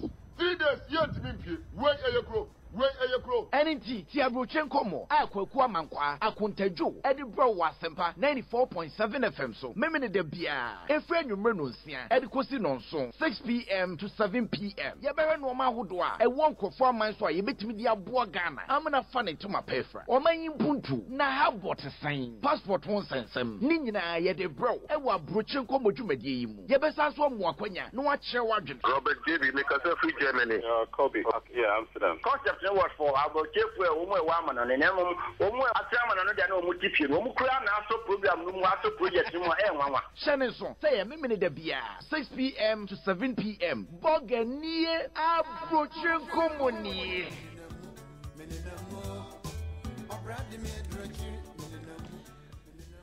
Yes, it's nam dwumadie wa Asempa 94.7 ene ye behwe ene me to amount me bisa o say ebi ana wo no wo low libido ebi ana wo no etoda pressure ne yare enti wutuo na hoɔden dwumadie no abafom enti ama hoɔden ne ntimi nkoyie ade no nsem bebre eye boachi bidin but enne no me no ena ebedi dwuma no because me be bisa wo say last week obi kan say ono no ne libido nhyɛ dan nye low but ono no wan ya no bomskia ontimi je say ankoyie ne no ena me bisa wo say won so a wutie me anopɛ ene ye Val's Day yeah me ma happy Val's Day but me bisa say eba ni say wo low libido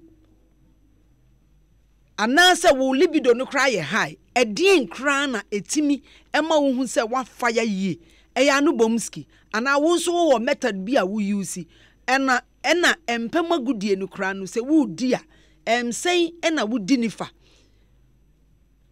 etuo ni nko na yede to ananse yede ye nipa die akwa no baabi nso eto ene asema me bisa wano no 0302 216545 0302 216546 ye pese esua de san say last week ye nuanom bi kan say so no wanfa na no ambomu a na ekere say wanye hwe kra obi si ono de onom nsa onom aphrodisiacs enum nro ema na hoden but odinano onyama na no ka ho a na hoden aba obi si ni libido ye low but se na no ekope ema ni libido no etimi ekosoro obi nso eka se ono ohu oba sebe nebo se de esi eye na etimi ma na hoden basoro but na me ka bibi se obi nso se sebe okohu oba pant keke ema na hoden esote say na ukita wo na wo na wo se anu bom skin na timi bo ano wo se no how many times na twetwi na day na wonim se eno no ewo ensunsanso ebi ana wonim ene me pese me bisa na akire me de wo ya afa yedi nkomo 0302 216545 0302 216546 ene Val's Day yenim se eniema bebre na eba abekoso but hello good morning. Memoachi o. Yes, sir. Udin ni baby a wo frefi.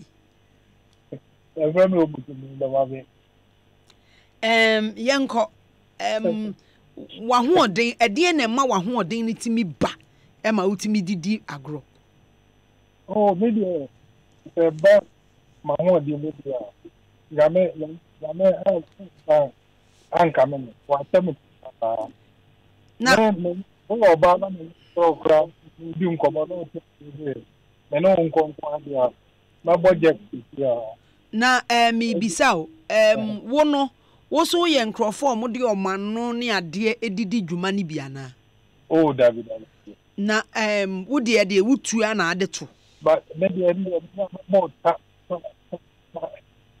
come on saying na we see edware how many times na we dware a day and I say wo kompem a we dware ansa wa kwa akodi agro oh maybe I do not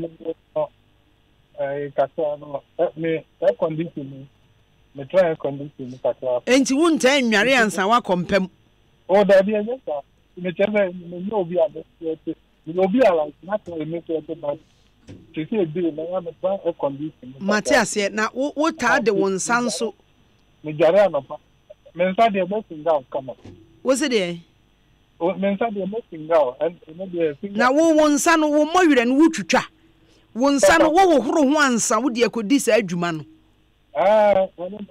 no kwa wo boy wo ye den wo boy wo boy fu an ema ne bipe ye be ka ho asem sesi a meda ase 03022165 if I tell mu radio set no ansa ma frɛ nyesa wo frɛ na wo radio set ne ededa ye be you afi so straight away because e be affect ya so. Hello. Yeah, hello. Emoachio. Yeah, no. Me pacho nkomo na ye die no ana wa bembodi ni enko. Pacho e frem na kwa me. Because e frem so okay. Okay, nana. Wo kwan ye die we. Me die and me na last me fair no anu bomu no die me ye ho ade fa. Na me mi misao. Anu bomu na wo ye ho ade no.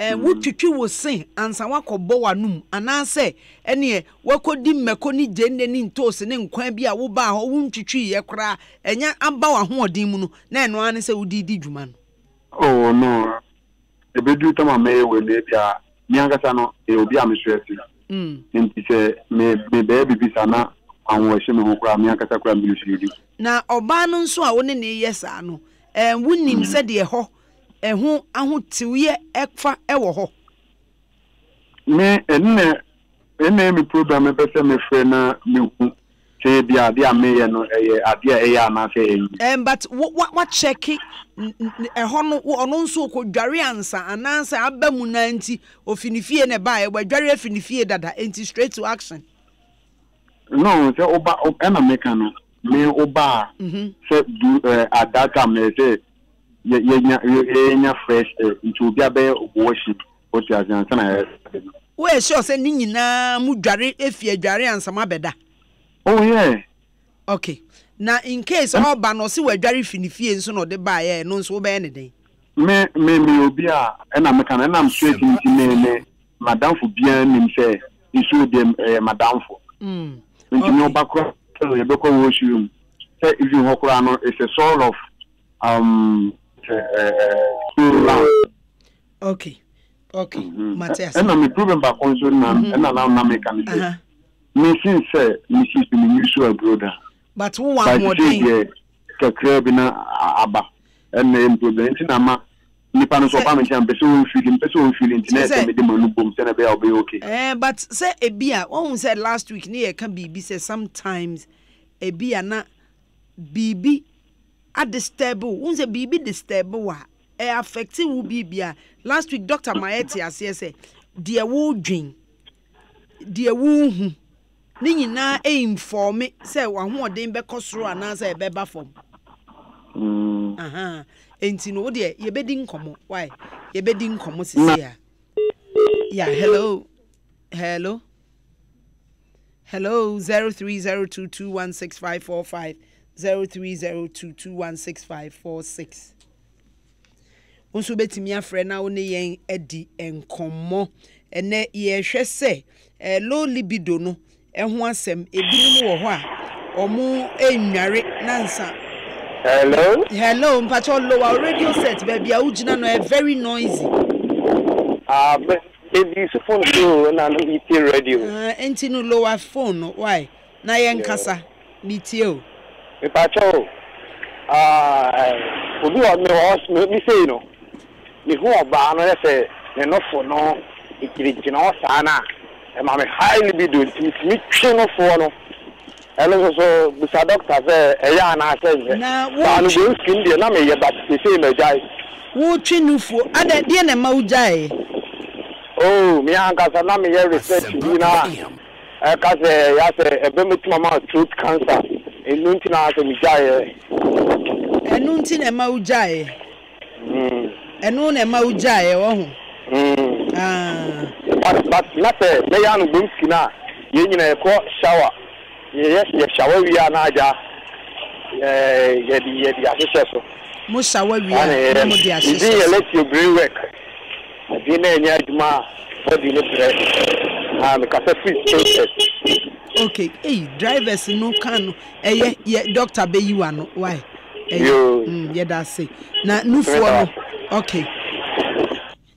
Mo amose mo pe nufuo no na ye bisa se nufuo no mo make sure say ye dware ho ana say obi na kan o se nufuo bi a okopie su ye peja nufuo na se a na chese cent no enko ye kura ene ye bisa se anya ntie se skafo dodo na na won libido very low na enam se low ntino more resulted to other means to make them active ntino to make them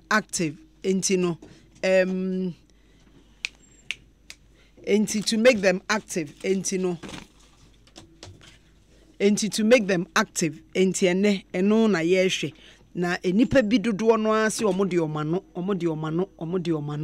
ebi mu si nufuo ebi mu si omunsa ebi mu kra se mmowere no ewowa ena ema omanije but I don't know saying you keep your body so one ye no na ye den ewo nsunsuanso ewo ade a ye hu ebetimi eprayen na yano na ye di bom no saying because a cynical ye twitwi ne kra no obi wo on cleaning the teeth but still or say na no ena ode ebom mensa kan Miss Amate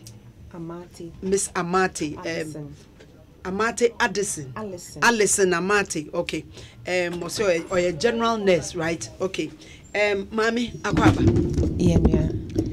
ene enipa dodo no a na omo ejidi se so omo ne ma ebehia wo mpem a omo de omano edi dwuma na ebeboa wo na ena ye bisa se ano a ye di bomu yi ewo nsunsuaso bi because obi si ono de nansen enche na waje agu enti no person na ho odin ne betimi agina so no na e wo se ode nano wo wa ho na etimi ema ne che bi mu si omo de omo nsa ebi mu si omo de omo hunufo na omo fe ne mi na nufo no ye nwohoro ho na afia you know sa ne me ya ye ewo nsunsuanso bi adebre ya okay medical HIT for no madam asese omutie show yi question ya we bu say very relevant na ne meka ne say na me abobo di in such a way say ye fra bibi bacteria normal flora bacteria bia wo body bebia ebi wo skin ho ebi wo wenum ebi wo intestines ebi wo sebio oto ho ebi wo sebio wase so na ni na wo ho no omo protect ho na esonia ewo me fan say ne esonia wo skin enya so ne ewo wase enti say ne wo wenum so ye different enti say sebio wo ni oba di mpemu agro now the one ko boom ewo na se ho na che say we change environment of the bacteria. What am I say? We change the environment of the bacteria. That is we free asiana could di enum no. Na che say enum no akopie no betumi akose harm because we changing the environment anka operate freely ewo ho. Na mo nkrofo hu say sa anubom skin no moka no e ma mpemu agro eyede. Now so say is it true? Is it true saying? Anubom skin ma mpemu agro mi yede. Oh of course e ma ni je ho member so ni je ho. Na wo a we nurse we ni je ho. Acho ye come for. Ye come for unti wo de me hu wo che. Bacho ai. Enti na che say emma empemu agro eye de. Nanso as say you're cautious of health effects no. Okay, health effects. Ebinidi. Okay. Once enko for be white. Yeah, medicine a friend of candidiasis. Good. Inti sa emwa na cause white no ekopie we num e cause oral thrush. Inti me fa ne say in layman's term when you white e wo wenum. What am I saying? To be one. Obe hu na ne num aye white as one milk esi wa che na aye cheese, china cheese here. Akede me hu say na make na abo apo. Good. To be sure be num na ne num aye sa. In extreme case won say na ne num aye de error. Nti eno no say ba ne enhye dan di ne hu ni papa na wo sa oral or candidiasis say wona se.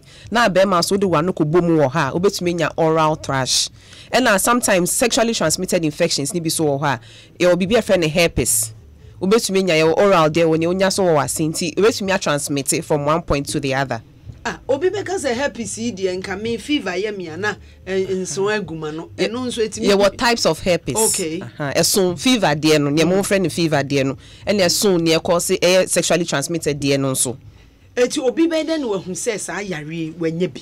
Unless we show signs.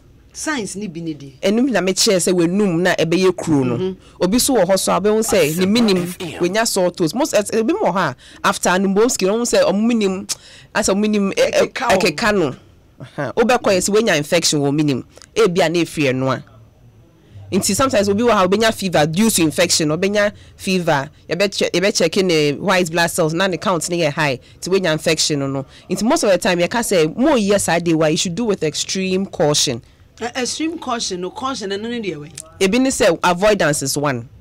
But say America a man pemu agros here den to be a hobby to make sure tomorrow Roma see ye answer. My disampe pemu agro. Enti mean say wo kom pemu a ye say wo horo wasini ye. Good. And no wo di nsuo ni wo horo wasini inside na nasa wo de ba no ho an. Oh no, inside there yenko ho. Na me ankasa e protect ho man inside there yenko ho. E na nsuo no so yen yusu obi wo ho be yusu Dettol or the Savlon begum semna nsuo hye e de na no de gu nsuo no de ro ho. Na me ankasa protect ho. Once a wo yesan o kill normal bacteria na wo ho no. O kill your mind means I don't protect the place anymore. Inti o the normal water e bia nsuo de there obi o habek ibetumi di in chin kakra to nsuo na they wash and also you're fine, but you don't need extreme Savlon any Dettol ni nuanom na they wash ho na ma wash no media ma wash media ano na eba no cleaning ben ene no nso hi ono nso empesti keke anase obi a otaye sa no owo bibi e wo se otaye ma nanum internal make say one of the extreme caution avoidance because some make sure say bacteria na obaby a inti odi wan no bo ho nya say wo fa wase de no nko an odi wenum de no so e kwa wase ho inti oya den ya bacteria wo twitwi osi o wen twitwi osi o ho no mote. What's the point, Nancy? Just that brushing your teeth reduces the amount of bacteria and comabet now due to aduane a wedi. Once a day aduane akoshisha will see more bacteria need more multiply, no more working on the food that you've eaten. And says here no more bed also when you will see now sign the kobo you are increasing the bacteria transfer from your mouth to wasehono. International to me cause friends harm not even at your mouth but at the vagina of the person. Okay. And my being so enye mema ne nkoa ne di anu ni bom. Emma bi nso anu boniema. Emma no nso oma no boniema no. Emma no nso de no bibi wo ho emma na no kobo a ebetimi edi nsunsu aso boni bi abrewo. Okay. For a mema what makes it more dangerous your bema or multiple sexual partners. Onye oba baako enni ho also or different in ma bebre na che say on money who by no nyomu hia won pema or increase wo ba na risk of getting diseases whether it is from wenum say or the oral na you wenum ne nso etimi ema ennamu yare na me che say be man ni other people akọ that on protecting ho not from enum there but what I say omo hia won pema when protecting ho enti wakwa be ebia na wakwoti yare bi aba Now also the one no aqua boom and supposed to me am oral related sexually transmitted infections na me share no. But what I say. And see, in as much as a man at risk no. Sorry, men at risk from a man side no. A man no say at risk, but the risk e wo men side no lesser compared to a man no. Oba no so ope is it sucking or licking? I don't even know. Say main friend is sucking no, say main friend is licking no. A man on so omo de mema ni dua na ye wape na omo fe hu. Omo nso ometimi enya omo num yare. Mpacho betimi enya num yare. Because once again, like I said, say only different people share one people. Akotin yare or de brew. And also we num na airco. So no, the Obeka said, "Beme, Teddy, we are our hoho." But Yarena Korea inside. Yarena Fatokro Kitwana no inside. Good. And so the Shana Numa be and you be in Fima. In so be maba. A ban and num and so beba. And so be maba. Almost one more tekrema and no son and man on to tekrema so ye fita.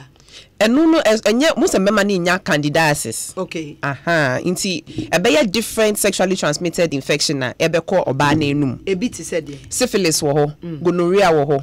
But no need none be more other signs and symptoms are any related to oral candidiasis na meka earlier no.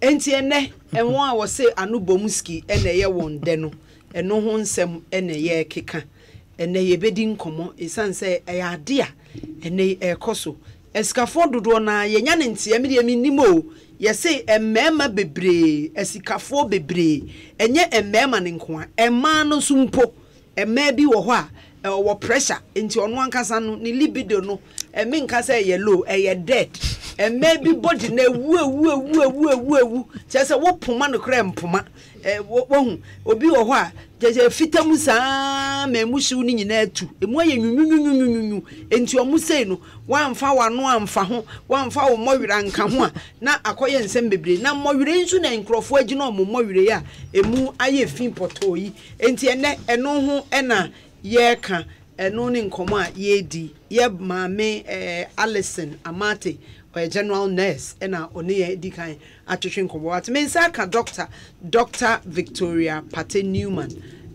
ono nso aba be ka mensa doc akwaba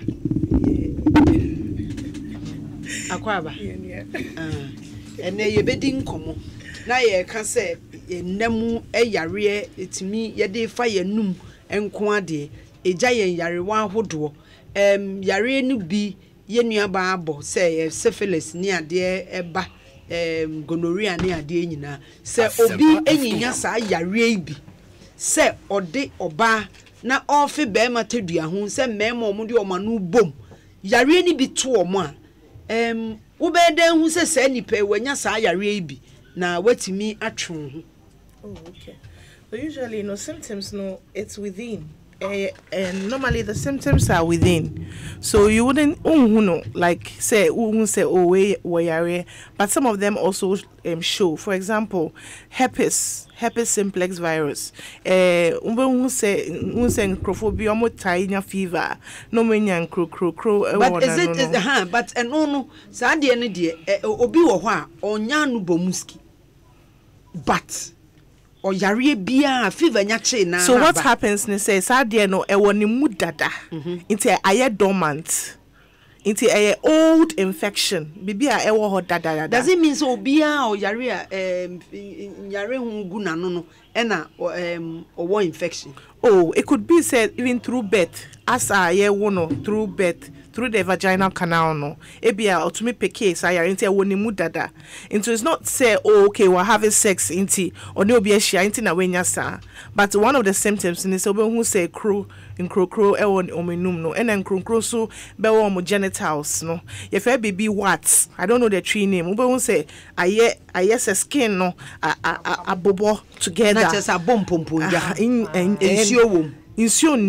but utache per spreading them sayare no the virus your friend human papilloma virus and no na this cervical cancer no eba no into na say one of the risk factors of cervical cancer and they say you shouldn't have so many different multiple partners. You have also you're faithful to your partner because who are different baby see faithful our for faithful na esija for Asempa FM. You ever try? Like I was so try so you fit once say we a child of God. There was so force you fit. Me had any child of God sembo.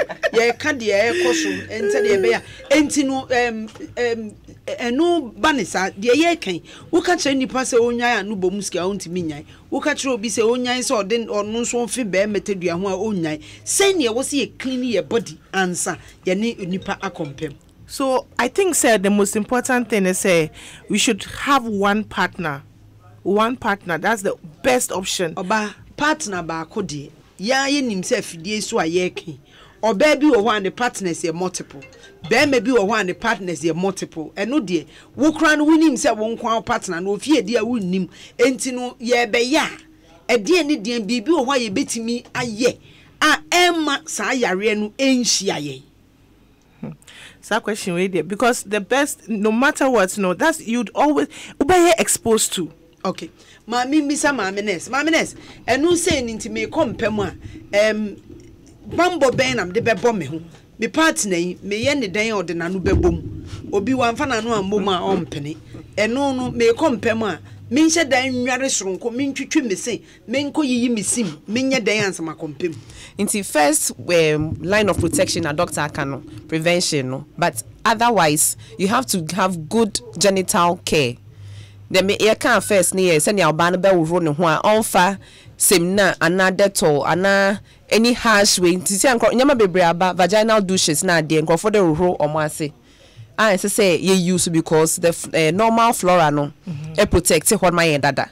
Into sanya me na nka hu hia. We na lukewarm water na nchine at west cry obetumi de nchine kakra to nsi de now they wash or no ye better since they see ankrofo say we use so be ma wase aye tight we use so be ye hwan ni na kofa isunsun ye bebreba afesun person make one other thing as ye ka ahwe yasi enim but ebi mo indulge in anal sex, which is very dangerous. Nature say James are free your body mu AP. Nature say hu hia wo body mi ntia na free etun AP se be etun AP. No sa asem no fa chef me fan chef be fufuro say na ebetimi aye de aboye ho ba o medical ya ken no yen prevent it. Makase apart from prevention we need to have good hygiene of the place. Inti maka washing no yen use vaginal douches, yen use Dettol, yen use sim na no ode ne sanye na normal water. Be maybe wo ho ofi adwuma ba onim se medware awie me ko dware ansa oba ya chese na kono ne ponko penta maybe oba ya ne yiri se de ne ho aye fe sisi ne ho so so odi sisu ntem odi susu eno sa no na be kan se kwabana mesro me maybe wo ho mu mpa dware eno so wo ho nti sa be ma no ne ti no mpa dware na ono nso pese enei obansi animi na aye nde na sam na ye de ama mu mienu nyina towro na de abonsuom de akoppa na me pa ho na se wo be ne den ma me doctor na me kanu when I say obe paper obe cleaning, it's the same germs. So that's why you can say married couples no, they get used to their flora and fauna. Omumwano one hunam na no ne vagina ni bibia no, they get used to it. What I say. So it's like whether you clean, but what happens? They say the load of the bacteria no, back from kakra, but exposure no, there you will get it. Okay, exposure no you get it. Ohima nana se wa bracket to audikan. We Pennsylvania hima. Kwa hima o Pennsylvania no pe wajibra utie nchi akese enkoma sanso na mirageman. Wo Atlanta, Georgia. Wonso wajibra utie yen. Kofi Boache wo Denver, Colorado. Wonso utie. Happy Val's Day enkoma mu nyina. Ye bia humanity wa.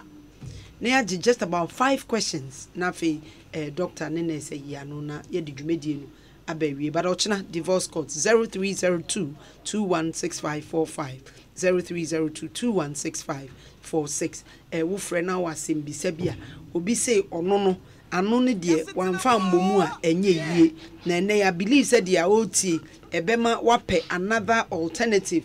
Fifi Benji or say asama ye discussing Fifi last week near discussing bibi ena ebinom e concern be a bar up enti ene ya jibri ye ka ho asem we are not endorsing but we are trying to let people know say enye too safe enti eno ni omo practice a nke be ya better option omo psyche omo ho to get excitement and sa oma compare na man say yano na because it will health effects. Entina ye kano nti fifi enye say bia ye pese ye side with a binimu program kan and some say we are kete enti say nti fache 030221. Hello. Oh, when to me and Janasu 0302216545 0302216546. Then you 2 calls cry the beba. Hello. Hello. Me moache mo akwaba. Me do so omo ye de. Nyame adom me hu ye bodin na ye nti o quick. Me nia me dia ni Adam Idrisa me fi auto sankrodia. Me ye winner. Wo yes, ro ye brain nti ko wasem ni so. Yo. And edikane meja uma to abama me nyina se me na me mo sponsor me kwata be papa no da uma se ubaso na one co straighter ya brain no iswa nti ubaso go just straight na share a question or contribution. Hello Asempa FM 0302216545. Hello yeah me moachi o good Pacho yenti o udini baby a free. Me de Daniel that most of I in the cassette here to okay, yenti o. Me dey say there's a many of them ko yi di business ma fa me sa an kan cheba na intimi nyama ho Asempa FM. Okay, yate. Ye baby saw mo say edin sunsan so bi ebeba na wonso yeda say. Hello. Hello. Yeah, me pacho udini baby afrefi. Yeah, friend me Abiba. Me friend for the kafuta. Into the person me na say question what you say. At least who could know baby this ana on chini say ana bibi answer. Eya sembisa ye pese ehu ese etimi di ohaw brew wo ba no be nya ohaw e na wo ba nso a wo de wano be ma ne de ani wura wanum no eno nso wo nsunsanso enti eno na ye bisa se wo asembisa bi wo ho ana de aba okay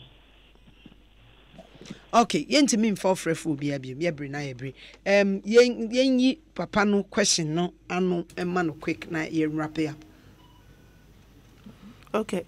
There's nothing wrong. Or car fingering. Oh. Yeah. There's nothing wrong with that because once you wash your hands very well, and then you do it, there's nothing wrong. And it doesn't any susansobia the bebrel. Okay. Ye bre na ye bre. Me pese ye de afutu tiawa eba ma ye tiefo. Okay. Yeah. Ya damasese mutuni in etie ne be kan ade atwa so no say. And the Valentine's Day day. Any days ebeba atwaso day. We should indulge responsibly. Responsibly. My enkoye nyema day sunsaye bebre ebebre.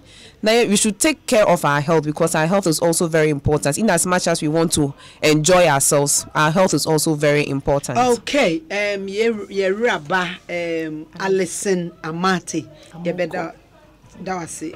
Doctor. Okay, so today is a love's day or daughter. We should show our love around, but please abstain if you can, and if you want, use a condom. Use the condoms, and then be very careful. And I would always advise to always make sure you stick to one partner as much as you can. Okay, yeah, that's it. Dr. Victoria Patty Newman. Beda abedwafo no ase. So wankasa unim say nei Val's Day obi e kire ne do ye kase ye kire do a akoma ene ye de kire do sebe ketima kapem enye no na kire do abribia meka say maybe wo ho style so omayi eno na be mom ayi saji major enka mo wedding no omo ye ni wo wiem enso still wabu akatafu ansa still ye nware wo nti ade no de bomodin na fa bisie na ene kire do a fa wakoma kire do aha na na ye di dwumedie no besi mede na se kese be ma Dr. Victoria Patty Newman ena ye nuaba Alison Amate a ene woni ye bedi dwuma producer pa kwesi ene ye yisa ochina Queensta enso ene ye social media my ochina ye divorce court enti hia ye ochina de asema aba no echini kuri medi di adwo nhira betimi afrɛ me amamrɛ yi ma ewo no kyena Asempa FM. Asetenamu. Asetenamu. Asetenamu. Asetenamu.